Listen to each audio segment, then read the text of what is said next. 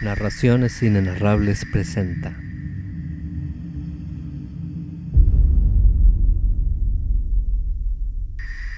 de Howard Phillips Lovecraft.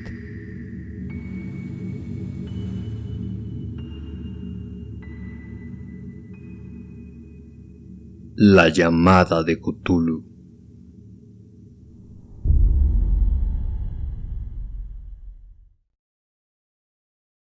Es de suponer que tales potencias o entidades hayan sobrevivido a un periodo inmensamente remoto cuando la conciencia se manifestó en seres y formas que hace mucho que se retiraron ante la marea de la humanidad en avance. Formas de las que tan solo la poesía y la mítica han podido captar un evanescente recuerdo, llamándolos dioses, monstruos, seres míticos de todas clases y formas.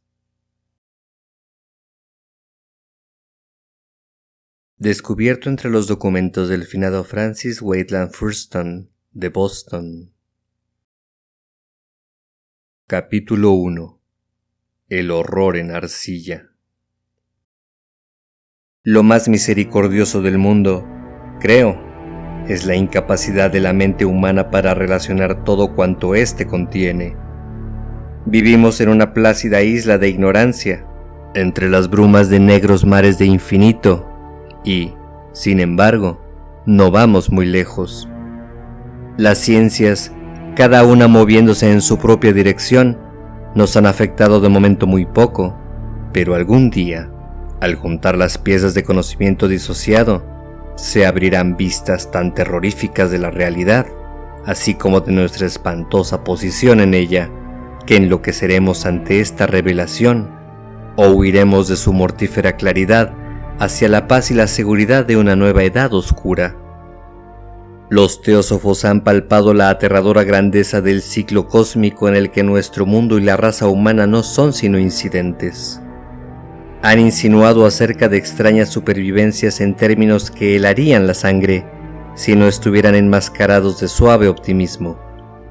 Pero no es de ahí de donde vienen esos pocos atisbos de prohibidos eones que me hielan cada vez que pienso en ellos y me enloquecen cuando aparecen en mis sueños. Estos atisbos, como todas las temidas ojeadas a la verdad, centellearon de la unión accidental entre hechos separados. En este caso, de un viejo recorte de periódico y las notas de un profesor muerto. Espero que nadie vuelva a cazarlos. Desde luego, si sobrevivo, nunca añadiré voluntariamente un eslabón a tan odiosa cadena. Creo que el profesor, también, quiso guardar silencio en la parte que le tocaba, y que hubiera destruido sus notas de no haber sido alcanzado tan repentinamente por la muerte. Entré en conocimiento del asunto en el invierno de 1926 a 1927, a la muerte de mi tío abuelo George Gamble Engel, profesor emérito de lenguas semíticas de la Brown University de Providence, Rhode Island. El profesor Engel era por doquier reconocido como una autoridad en antiguas inscripciones y, con frecuencia, había sido consultado por directores de importantes sucesos, así que su deceso, a la edad de 92 años, ha de ser recordada por muchos. Localmente, el interés se vio aumentado por lo incierto de la causa de su muerte. El profesor fue golpeado mientras volvía del barco de Newport, cayendo súbitamente, según testigos, tras recibir el empellón de un negro con aspecto de marino, que había llegado de uno de los extraños y oscuros patios en la empinada ladera de la colina, que va desde los muelles a la casa del muerto, en William Street. Los médicos fueron incapaces de encontrar algún daño visible, así que concluyeron, tras debatir perplejos, que la causa debía residir en alguna oscura lesión del corazón, que agravada por el enérgico ascenso de tan escarpada colina para un hombre tan anciano, era la responsable de su fin. Entonces, no vi motivo para disentir de tal dictamen, aunque ahora, tiempo después, me veo inclinado a dudar, y más que dudar. Como heredero y albacea de mi tío abuelo, ya que había muerto viudo y sin hijos, se esperaba que revisase bastante exhaustivamente sus papeles y, con tal motivo, trasladé todos sus archivos y sus cajas a mi residencia de Boston. La mayor parte del material que ordené será, con el tiempo, publicado por la Sociedad Arqueológica Americana. Pero había una caja que encontré de lo más desconcertante y me sentí remiso a mostrar a los demás. Estaba cerrada con candado y no encontré la llave hasta que se me ocurrió examinar el llavero personal que el profesor llevaba siempre en los bolsillos. Entonces conseguí abrirla, pero fue solo para enfrentarme a un cerrojo más fuerte y más firmemente cerrado, ya que ¿cuál podía ser el significado del extraño bajorrelieve de arcilla y las deslavazadas notas, apuntes y recortes que encontré? ¿Había sido mi tío, en sus últimos años, tentado por las más notorias imposturas? Decidí buscar al excéntrico escultor responsable de esta aparente perturbación de la paz mental de un anciano. El bajorrelieve era un tosco rectángulo de menos de 3 centímetros de grosor y unos 12 por 15 de superficie, de origen obviamente moderno. Sus dibujos, no obstante, estaban lejos de ser modernos, ya que, aunque los caprichos del cubismo y el futurismo son muchos y extraños, no suelen reproducir la críptica regularidad que acecha en las inscripciones prehistóricas. E inscripciones de alguna clase parecían, sin duda, la mayor parte de tales dibujos. Aunque mi memoria, a pesar de estar sumamente familiarizada con los documentos y colecciones de mi tío, no pudo identificar su especie en particular o siquiera intuir su más remota filiación. Encima de esos supuestos jeroglíficos había una figura de intención evidentemente pictórica, aunque su factura impresionista impedía hacerse una idea muy clara de su naturaleza. Parecía ser una especie de monstruo o un símbolo representando a un monstruo, en una forma que solo una mente enfermiza podría concebir. Si digo que mi imaginación, algo extravagante, interpretó simultáneamente imágenes de un pulpo, un dragón y una caricatura de humanidad, no sería infiel al espíritu de esa representación. Una cabeza pulposa y tentaculada coronaba un cuerpo grotesco y escamoso, dotado de alas rudimentarias. Pero era la impresión general del conjunto lo que le hacía más estremecedoramente espantoso. Tras la figura había una vaga sugerencia de un fondo de arquitectura ciclópea. El escrito que acompañaba a tal rareza era, junto a un montón de recortes de periódicos, un relato reciente del profesor Engel, y carecía de cualquier pretensión literaria. Lo que parecía ser el principal documento tenía un encabezado que rezaba «El culto de Cthulhu», en caracteres de concienzuda caligrafía, previendo cualquier errónea lectura de una palabra de sonido tan extraño. Este manuscrito estaba dividido en 2 secciones, la primera de las cuales decía 1925, Sueño y trabajo onírico de H. A. Wilcox, Thomas Street número 7, Providence, Rhode Island.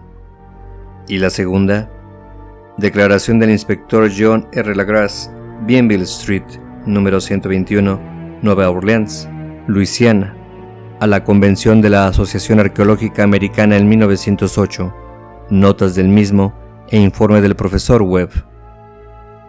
Los demás papeles manuscritos eran todos notas breves, algunos de ellos informes sobre extraños sueños de diferentes personas, otros citas de libros y revistas teosóficas, sobre todo de Atlántida y la perdida Lemuria de W. Scott Elliot, y el resto, comentarios sobre sociedades secretas muy antiguas y cultos ocultos, con referencias a libros sobre antropología y mitología, tales como La rama dorada de Fraser y Brujería en la Europa Occidental de Miss Murray. Los recortes se referían, sobre todo, a casos de locuras e histerias o manías colectivas habidas en la primavera de 1925. La primera parte del manuscrito principal hacía referencia a una historia de lo más peculiar. Tuvo lugar el 1 de marzo de 1925, cuando un joven delgado y moreno, de aspecto neurótico y exaltado, abordó al profesor Engel con el singular bajorrelieve de arcilla, aún húmedo y fresco. Su tarjeta rezaba Henry Anthony Wilcox, y mi tío lo reconoció como uno de los retoños más jóvenes de una excelente familia, superficialmente conocida suya, que últimamente había estado estudiando escultura en la escuela de dibujo de Rhode Island, viviendo por su cuenta en el edificio Fleur de Lis, cercano a la institución.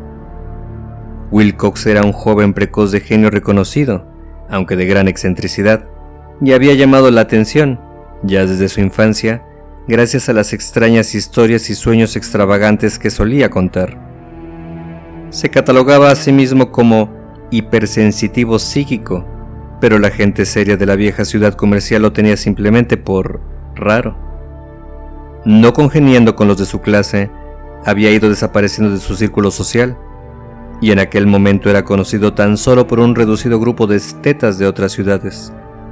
Incluso en el club de arte de Providence, tan ansiosos de proseguir con su conservadurismo, era tenido como sin remedio.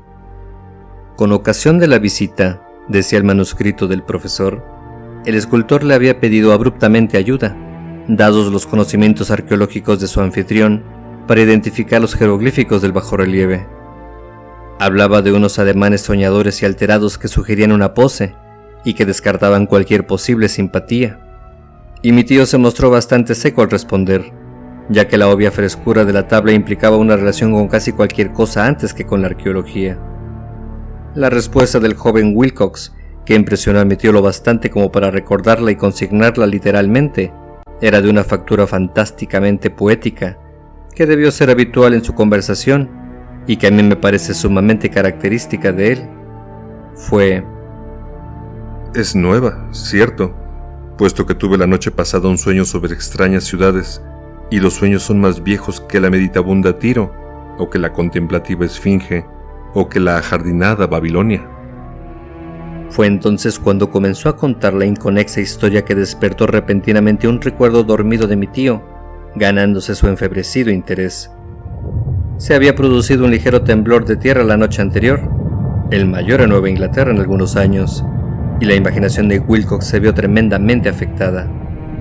Después de acostarse, tuvo un sueño sin precedentes, de grandes ciudades ciclópeas, con sillares titánicos y monolitos que rozaban los cielos, todos ellos goteantes de verdes exudaciones, siniestros con latente horror. Jeroglíficos cubrían los muros y columnas y, de algún punto indeterminado, había surgido una voz que no era una voz, sino una caótica sensación que solo la imaginación podía convertir en sonido, y de la que él había creído escuchar la casi impronunciable profusión de letras. Ese revoltijo verbal fue la llave para el recuerdo que excitó y perturbó al profesor Engel. Interrogó al escultor con minucia científica y estudió con intensidad casi frenética el bajorrelieve sobre el que el joven se había descubierto a sí mismo trabajando, helado y vestido con ropas de dormir, cuando despertó atónito. Mi tío achacó a su avanzada edad, según dijo más tarde Wilcox, su lentitud en reconocer los jeroglíficos y los diseños pictóricos. Muchas de sus preguntas le parecieron fuera de lugar al visitante, especialmente las que trataban de conectar a este último con extraños cultos y sociedades, y Wilcox no pudo entender las repetidas promesas de silencio que le brindó a cambio de ser admitido como miembro de algún grupo místico y pagano, ampliamente extendido. Cuando el profesor Engel se convenció de que, en efecto, el escultor era ignorante de cualquier culto o tradición mística, le accedió con peticiones de futuras informaciones sobre sus sueños.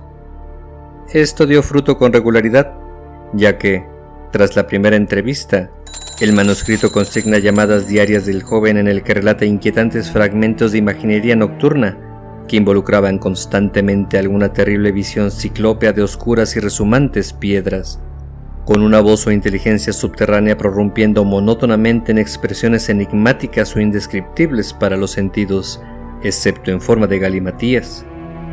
Los dos sonidos más frecuentemente repetidos eran aquellos consignados con las palabras Cthulhu y R'lyeh. El 23 de marzo, según el manuscrito, Wilcox no apareció.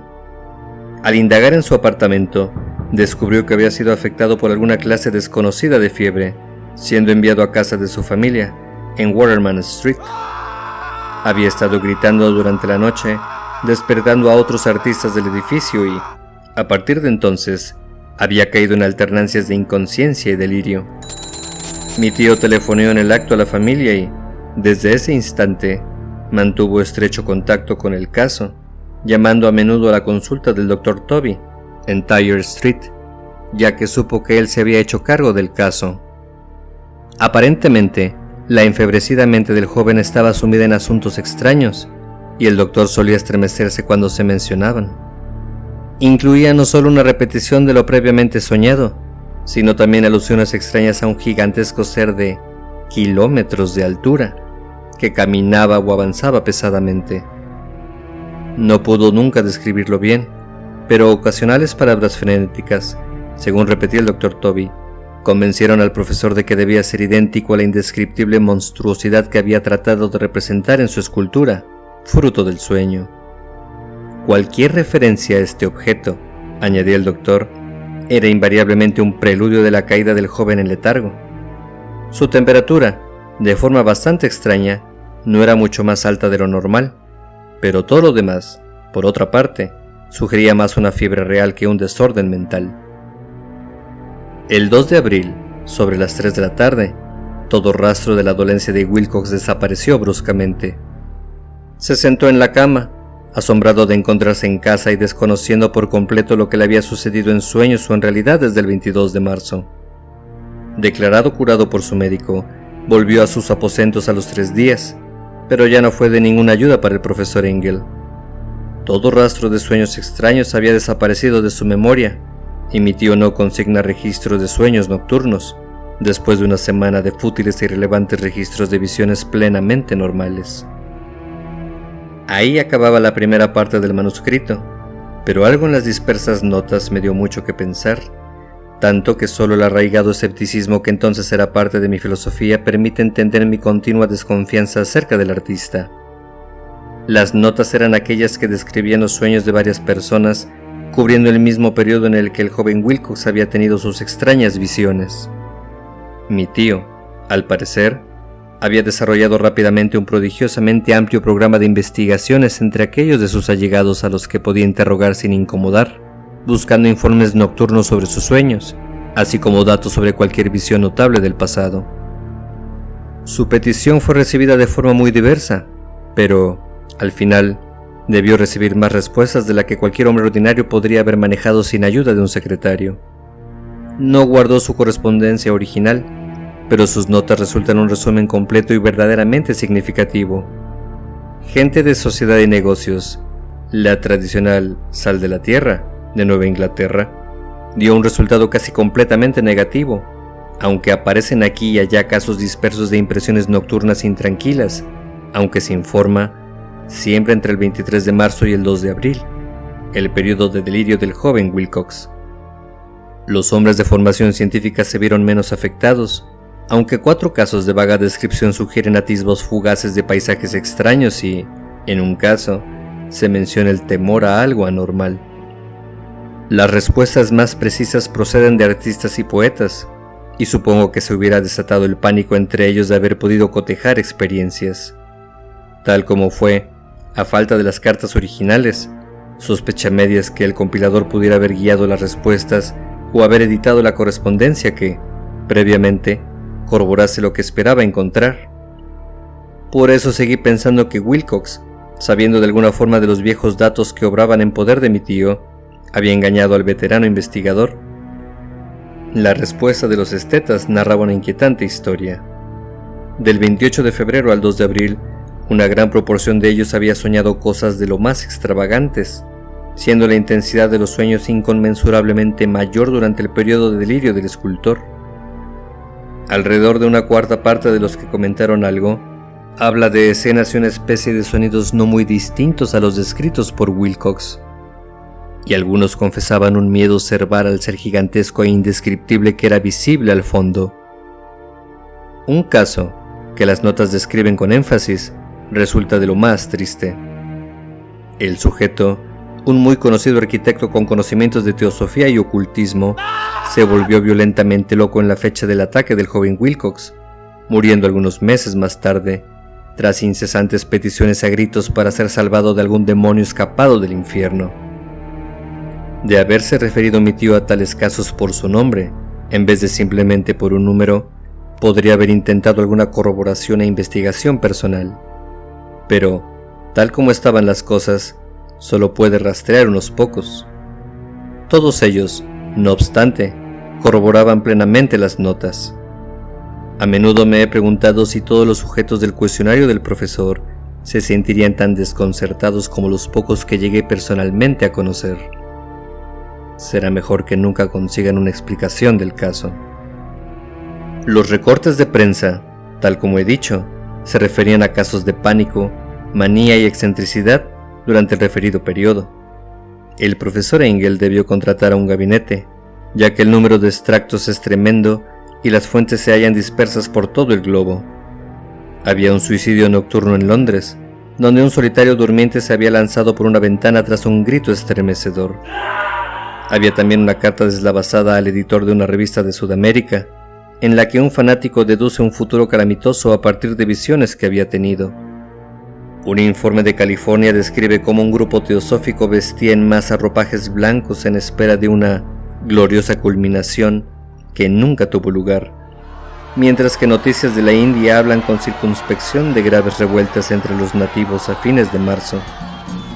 Las orgías vudú se multiplicaban en Haití y los corresponsales africanos hablan de ominosos rumores.